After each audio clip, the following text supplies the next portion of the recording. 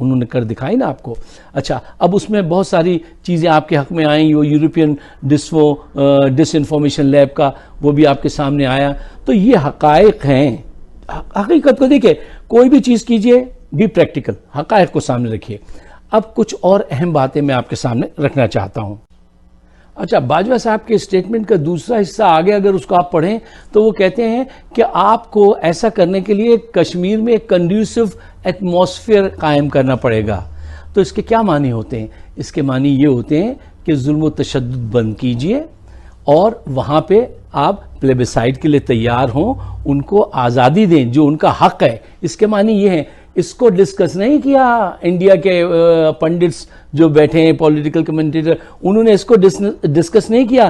انہوں نے پہلی ایک لائن کو ہی ڈسکس کیا. اور ہمارے معصوم لوگ بھی, ہمارے اخبارات نے بھی کچھ ایسی اس کی شہ سرخیاں نکال دی جو نہیں نکالنی چاہیے تھیں, اور ایک وہ معصوم بیچارہ اس پہ پریشان ہو رہا تھا. نہیں, اس پہ پریشانی کی کوئی بات نہیں ہے.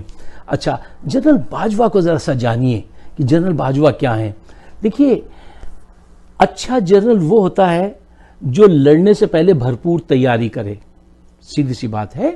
اچھا, اور بہت اچھا جنرل وہ ہوتا ہے جس میں یہ صلاحیت ہو کہ وہ لڑنے کی تیاری بھرپور کرے, اس کے ساتھ during the course, during the war وہ ریوائر کر سکے اپنی تھنکنگ کو اور اپنے حالات کو جو ہے شفل کر سکے اور دوبارہ آگے لڑتا بھی جائے, سوچتا بھی جائے. یہ صلاحیت حاصل ہے جنرل باجوہ کو.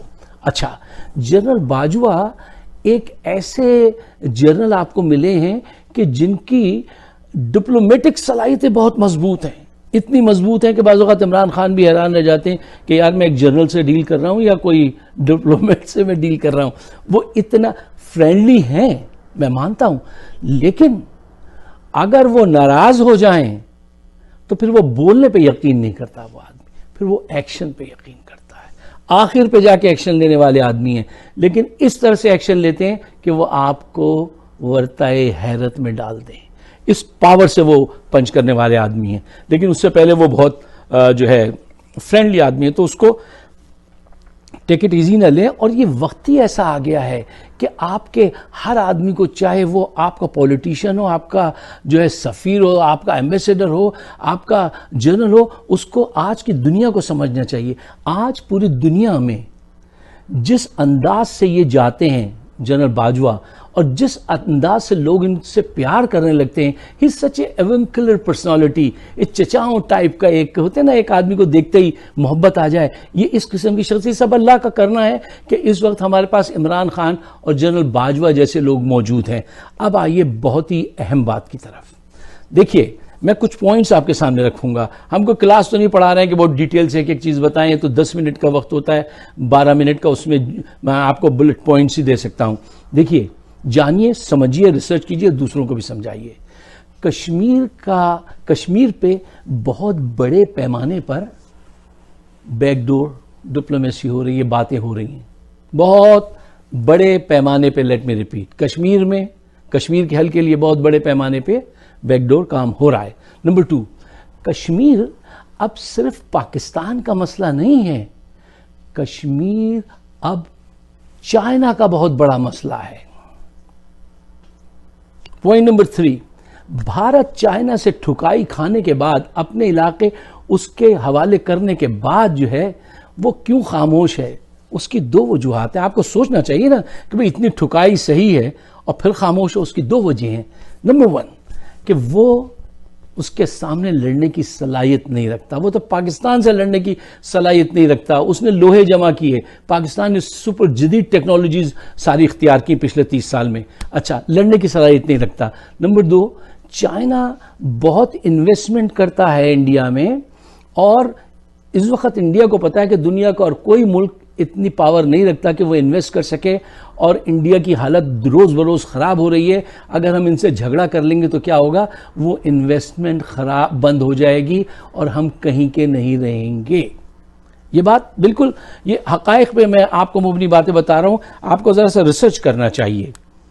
اچھا, اب ایک اور اہم, جی میں آپ سے کہہ رہا تھا, ایک اور اہم پوائنٹ ہیں. دیکھیے, چائنا چاہتا ہے کہ وہ آزاد کشمیر اور مقبوضہ کشمیر کو ملا کر ایک انڈیپینڈنٹ آئیڈینٹی بن جائے اس علاقے کی، اور کیونکہ وہاں سے سی پیک گزرتا ہے تو اس کو پروٹیکشن حاصل ہو جائے اور وہ وہاں پہ انویسٹمنٹ کرے، اور اس کے ساتھ ساتھ پاکستان اور چائنا انڈیا کا یہ جھگڑا بھی مک جائے. یہ بات اس کے ذہن میں ہے.